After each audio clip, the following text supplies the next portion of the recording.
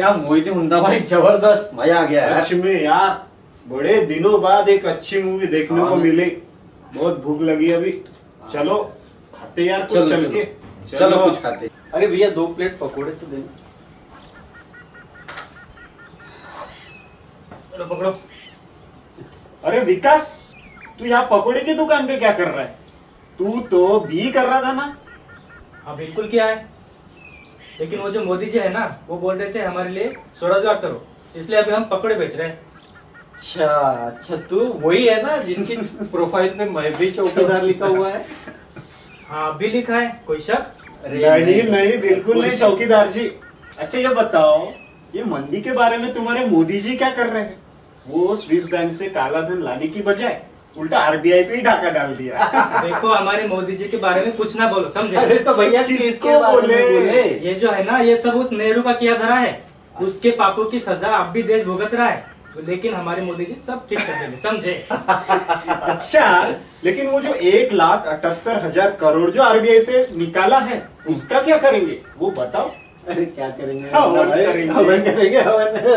देखो तुम जान पहचान वाले हो, इसलिए हम छोड़ रहे हैं, वरना मोदी जी के बारे में बोलने वाले तो हम ले लेते हैं, समझे? अरे वो पैसे का क्या, लेकिन ये देश के लिए तुम्हारे मोदी जी ने किया ही क्या है? अगर कुछ किया होगा तो बताओ। देखो अभी एक कश्मीर का मुद्दा कैसे चुटकी भर से सॉल्व कर दिया ना मोदी जी ने, वैसे ही सब कुछ ठीक कर देंगे। अरे भैया अब ये कश्मीर बीच में कहाँ से आ गया? अरे वो आरबीआई से जो पैसा निकाला है उसका क्या करो वो तो बताओगे कि नहीं? अरे पूरे विश्व में डंका बज रहा है मोदी जी की वजह से, समझे?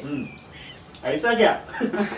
और नहीं तो क्या, वरना भारत नाम का कोई देश है, ये दुनिया को पता मोदी जी की वजह से चला है, समझे? ओहो, यानी कि अब तक के पिछले नेहरू जी, अटल जी और अपने पिछले प्रधानमंत्री मनमोहन सिंह जो है ना, वो अब तक विदेशों में क्या पाकिस्तान के प्रधानमंत्री बन के जाया करते थे। तुम देशभक्त हो ना? देशभक्त हो ना तुम? तो बोलो भारत माता की जय। अरे भैया बोल दिया भारत माता की जय। अब तो बताओ। अरे बबन रुक, तेरे को पता नहीं है क्या कि भारत की खोज मोदी जी ने की है? तुम लोग है ना? अरे रुक, लेकिन विकास, ये जो 1,78,000 करोड़ जो निकले हैं उसका क्या? और वो जो पिछले 15 लाख जो आने वाले थे अकाउंट में, उसका कुछ चांस है क्या? तुम लोग जो है ना, तुम लोग देशद्रोही हो। चलो निकलो ऐसे। ठीक है, नाराज क्यों होता है? ये ले तेरे पकोड़े के पैसे, ये ले। आखिर तक जो पूछा उसका जवाब मिला ही नहीं। चल बबन, मैं सोचता हूँ यार कि जो हमारे देश की अभी फिलहाल की हालत है, यदि बाबा साहब होते तो देश के बारे में क्या सोचते यार? अरे मुन्ना भाई, वो क्या सोचते हो तो पता नहीं, पर तुम कुछ ज्यादा ही सोचते हो यार। तो क्या चाहता है तू, हम सोचना छोड़ दे क्या? बाबा साहब ने जो आजादी दिलाई उसे क्या यूं ही खो दे हम? अरे नहीं भाई नहीं, ऐसा कुछ होने वाला नहीं, कोई आजादी खोने वाली नहीं है, समझा? और ऐसा कुछ हुआ भी ना, उधर चले जाएंगे ना कनाडा में, अपने चाचा रहता है वहाँ पे, सब कुछ छोड़ छाड़ के। बबन, यदि बाबा साहब ने उस वक्त यही सोचा होता ना, तो आज तू गुलाम होता। ये जो सुख भोग रहे ना, ये भी तेरे नसीब नहीं होते, सपना होता सारा ये तेरे लिए। अरे भाई अच्छा चलो छोड़ो, वो सब छोड़ो, लेट हो गया बहुत, चलो घर चलते। चल, आज तो बहुत लेट हो गया भाई। सही में यार। क्या बोलते हैं मुन्ना भाई, लेते थोड़ी थोड़ी? नहीं बबन, आज मुझे बाबा साहब की आत्मकथा पढ़ना है। तू ले यार, मैं नहीं लेता आज। ओके ओके ठीक है, मैं तो दो घूंट मार के सो जाऊंगा।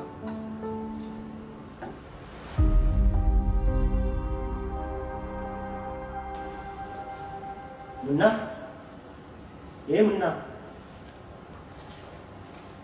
कौन है आप? और आप अंदर कैसे है यहाँ पे? और बाबा साहब के सूट बूट में आप क्या कर रहे हो यहाँ पे? अरे मुन्ना, तुमने मुझे पहचाना नहीं? तुमने भी तो मुझे याद किया, इसलिए तो मैं यहाँ आया हूँ। कौन? मैंने याद किया? हाँ मुन्ना, मैं भीमराव रामजी आम्बेडकर। बबन उठ उठ।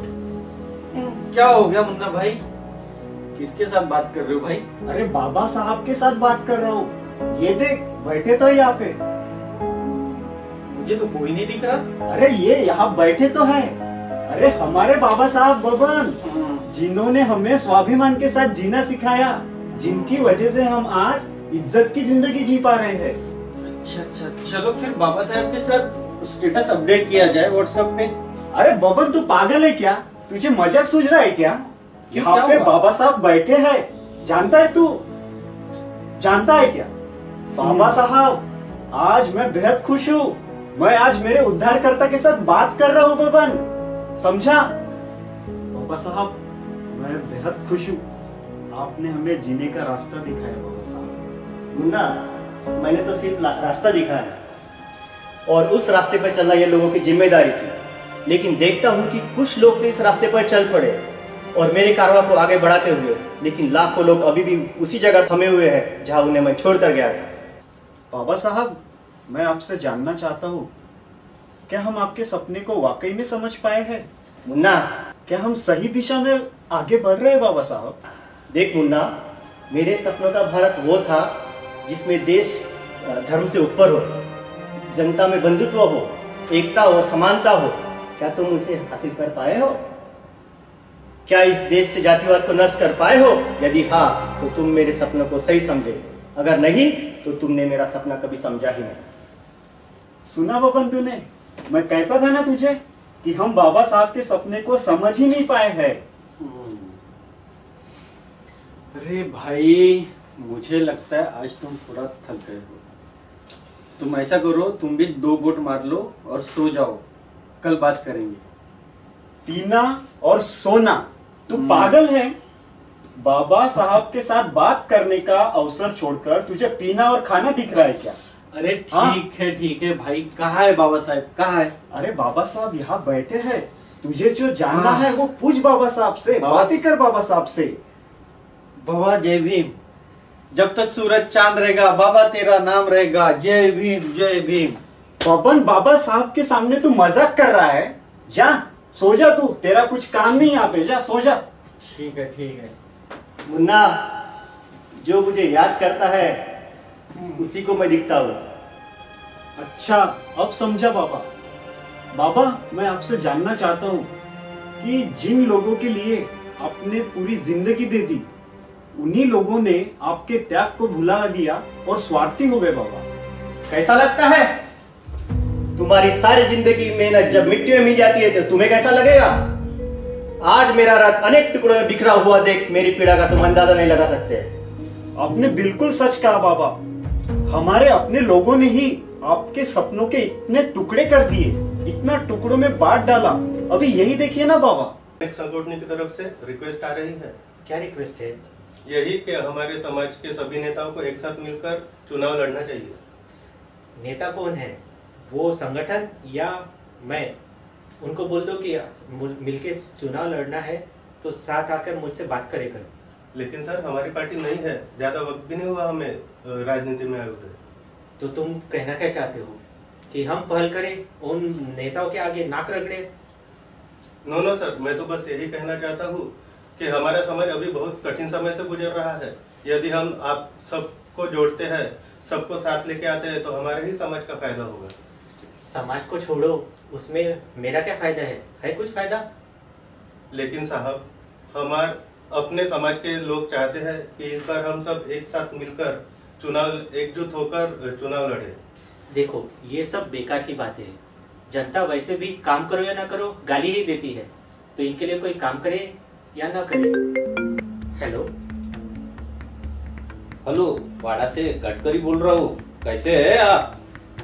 जी हुजूर, आपके आशीर्वाद से सब ठीक है। ये क्या सुन रहा हूँ मैं? ये आपके लोगों ने क्या हंगामा मचा रखा है? खूब लड़ लो बेकी ने, आता लड़ू एकी ने। कहीं आप भी तो इन भावनाओं में बह नहीं गए? अरे आप क्या बात कर रहे हैं साहब? अरे ये तो कुछ पागल लोग हैं, इनको बोलने से क्या होता है? लेकिन फिर भी जरा ज्यादा ही भोंक रहे हैं ये लोग। तुम भी चिंता करो ना का साहब। अरे हमारे जनता को ना हमें जैसा चाहिए वैसा नचा सकते हैं। आपसे जो हमने प्रॉमिस किया है उसे निभाएंगे। वो क्या है, आप बस हमारा ख्याल रखिएगा, ठीक है ना? यह भी कोई पूछने की बात है? आप बिल्कुल निश्चिंत रहे। आप हमारे साथ देते रहिए। बस फिर देखिए, आपको हम कहाँ से कहाँ पहुंचाते हैं। जी हुजूर, आपकी कृपा बनी रहे बस। यही डर था मुझे कि मेरा यह समाज फिर से मेरा विश्वासघात करेगा, लेकिन यह इतना नीचे गिर जाएगा इसकी मुझे कभी भी उम्मीद नहीं थी। सच कहा बाबा आपने। हमारे ये नेता बिक गए हैं और इन मनुवादियों के पांव के नीचे गिर गए हैं। इन्हें नेता बनाने का अधिकार दिया ताकि ये अपने बेबस समाज की उन्नति कर सके, लेकिन ये लोग अपने ही समाज को धोखा दे रहे हैं। हाँ बाबा, आज देश में बहुजन समाज की एकता बहुत जरूरी है। आज हमारे ऊपर फिर से अपने आप को बचाने का महासंकट खड़ा है। खूब लड़ लो बेकीने, आता लड़ो एकीने, इसकी जरूरत है बाबा। लेकिन स्वार्थ में डूबे हमारे नेता इसे जानबूझकर नजरअंदाज कर रहे हैं। अरे मुन्ना भाई, तुम्हें कंप्लेंट करनी है ना तो सबकी करो, ये नेता ही क्यों।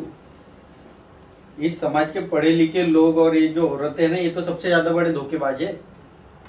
सच का बाबा, जिनके लिए आपने हिंदू कोड बिल बनाया और समानता का अधिकार दिया, वो महिलाएं आज खुदगर्ज बन गई है और इनको समाज के प्रति अपने कर्तव्य से कुछ लेना देना ही नहीं है बाबा। हाँ भाई, सही कहा। मेरे दोस्त की बीवी है ना, वो भी सेम वैसे ही है। वो भी हमेशा उसकी टांग खींचते रहती है, जब देखो तब देश के लिए कुछ करने की बात करता है तो हमेशा उसे पहले खुद को देखो कहती रहती है।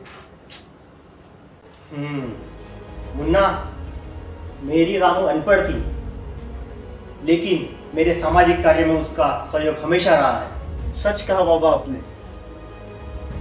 मेरी यही सोच थी कि अनपढ़ होकर जब रामू मुझे इतना सहयोग कर सकती है तो पढ़ लिख कर मेरा ये समाज की महिलाएं समाज और देश निर्माण में कितना बड़ा सहयोग करेगी। लेकिन मेरा ये सोचना गलत साबित हुआ कि ये बड़ी खुदगर्ज हो गई है। आखिर क्यों? बाबा, पढ़ाई लिखाई ने इन लोगों को और भी अहंकारी बना दिया है। एजुकेटेड होकर ये ऐसा क्यों करते हैं, समझ नहीं आता बाबा। Munna, education is the milk of tigress, those who drink can't stay without roaring. लेकिन एजुकेशन से मतलब सिर्फ डिग्री लेना नहीं होता। एग्जाम का सिलेबस रटकर परीक्षा देके डिग्री हासिल करने वाले को हम एजुकेटेड नहीं मानते। लेकिन बाबा, डिग्री होना ही तो एजुकेटेड होने की निशानी है ना। ओ मुन्ना भाई, वो जो IIT के इंजीनियर है ना, आजकल साधु सदगुरु को सुनते हैं और अपने विकास को देखा ना, ऐसे लोगों के पढ़ाई पे तो मुझे हंस मत बाबा। पढ़ाई नहीं करती। तो बाबा, आपकी नजरों में एजुकेशन क्या है? मुन्ना, परीक्षार्थी और विद्यार्थी ये दो अलग चीजें हैं। एक तरफ जो विद्यार्थी है जो सोचने समझने की ताकत रखता है, हर बात को तर्क के तराजू में तोलता है और गलत चीजों के खिलाफ आवाज उठाने का हौसला भी रखता है, वही परीक्षार्थी में ना हौसला होता है न तर्क शक्ति। समझे? शायद इसीलिए बहुजन समाज का अधिकांश हिस्सा पीछे है, क्योंकि वो एक परीक्षार्थी बन गया है। इसलिए वो तर्क नहीं करता, वो आवाज नहीं उठाता, वो सिर्फ अपनी दुनिया में ही खुश है। एक मकड़ी के जाल की तरह वो अपनी दुनिया में उलझा है। मुन्ना भाई, क्या बोल रहे हो तुम? आवाज उठा के क्या जज लोया बनना है क्या तुम्हें? इतने जल्दी अपने फोटो पे हार नहीं टंगाना है भाई हमको। आवाज नहीं उठाना तो क्या गुलाम होना पसंद है तुझे बबन? बाबा, आपने कभी सोचा था कि आजादी के 73 साल बाद लोग अपने हक की आवाज उठाने के लिए भी डरेंगे? डरते हैं क्योंकि उन्होंने स्वातंत्र्य की ताकत को समझा ही नहीं है। देश के नागरिकों के अधिकार की आवाज उठाना, देश की उन्नति के लिए सरकार की गलत नीतियों के खिलाफ खड़ा होना, वह तो सच्ची नागरिक की निशानी है। यदि आजाद रहना है तो जनता को अपने हक के लिए आवाज उठानी ही होगी। लेकिन आवाज उठाने पर भी आजकल कोई सुनवाई नहीं है बाबा। जिसकी लाठी उसकी भैंस बन चुकी है। सच कहा मुन्ना भाई तुमने। आजकल तो आतंकवादी और वो बम फोड़ने वाले लोग संसद में बैठे हैं और कर्मठ पुलिस वाले जेल में। अरे ये नोटबंदी करके मोदी ने दिवाला निकाल दिया। अरे आदमी काम को जाए या लाइन में खड़ा रहे दिन भर। हमारे जवान सियाचिन में मर रहे हैं और तुम लाइन में नहीं खड़े रह सकते। धिक्कार है तुम पे। अरे पेट्रोल कितना महंगा हो गया है, इस मोदी ने महंगाई बढ़ा के मार डाला है। हमारे जवान सियाचिन में मर रहे हैं और तुम्हें पेट्रोल की पड़ी है। राफेल डील घोटाला कितना बड़ा कांड किया है यार मोदी ने। हमारे जवान सियाचिन में इस बार गलत हो गया, मंदिर वही बनेगा। हाफ शर्ट पहन के कार चलाने पर चालान कटेगा, ये क्या धांधली है। अरे तुम में ना हर किसी चीज में उंगली करने की आदत है। तुम देशद्रोही हो, पाकिस्तान जाओ। यह देखिए बाबा, यह है आज के लोकतंत्र देश भारत के हालत। खाने पीने से लेकर हर चीज में सरकार का दखल, फिर भी लोग भक्ति में लीन।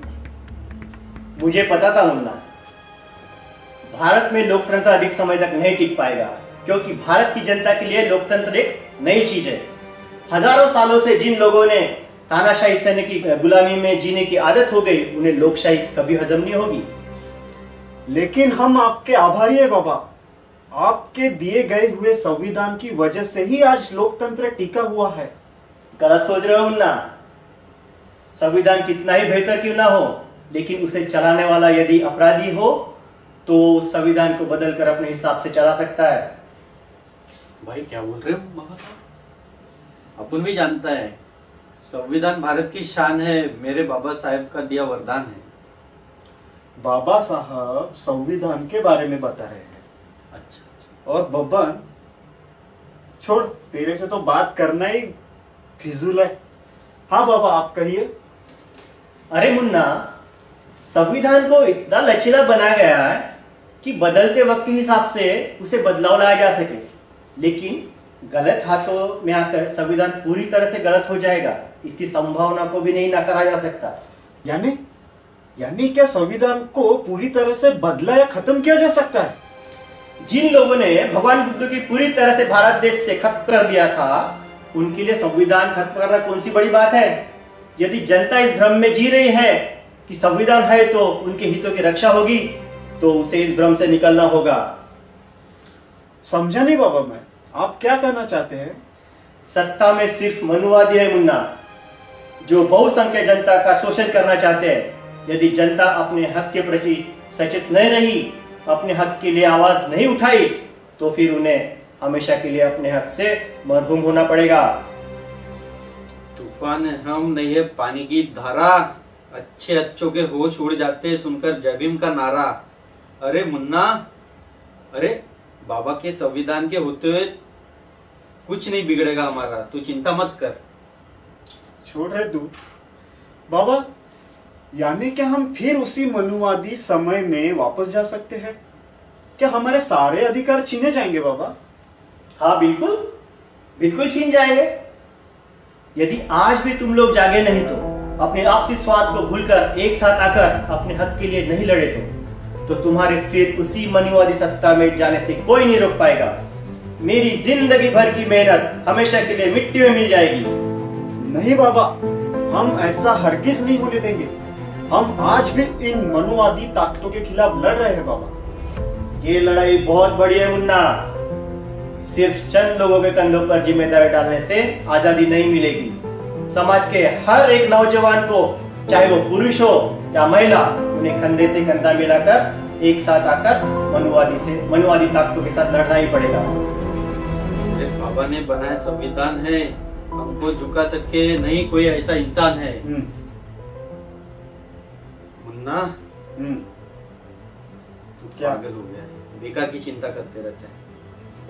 देखा मुन्ना, लोग यूं ही अपने आप में मग्न है। वो सोचते हैं कि मैंने जो कर दिया वो कभी मिटेगा ही नहीं, लेकिन कोई चीज परमानेंट नहीं है, ये ध्यान में रहे। ये तो आपने सच कहा बाबा। मुन्ना, ये समय बहुत कठिन है। हजारों सालों की गुलामी से मैंने तुम्हें आजादी दिलाई थी। अब इस आजादी को बचाए रखना और अपनी आने वाली पीढ़ी को भी एक आजाद जिंदगी देना तुम लोगों की जिम्मेदारी है। Life should be great rather than long. यदि जिंदा हो तो अपने समाज के लिए आवाज उठाओ, अपने समाज की उन्नति के लिए जियो और अपने समाज के लिए जीत हासिल करो। बाबा, हम वचन देते हैं कि अपने समाज के लिए लड़ेंगे और जीतेंगे भी।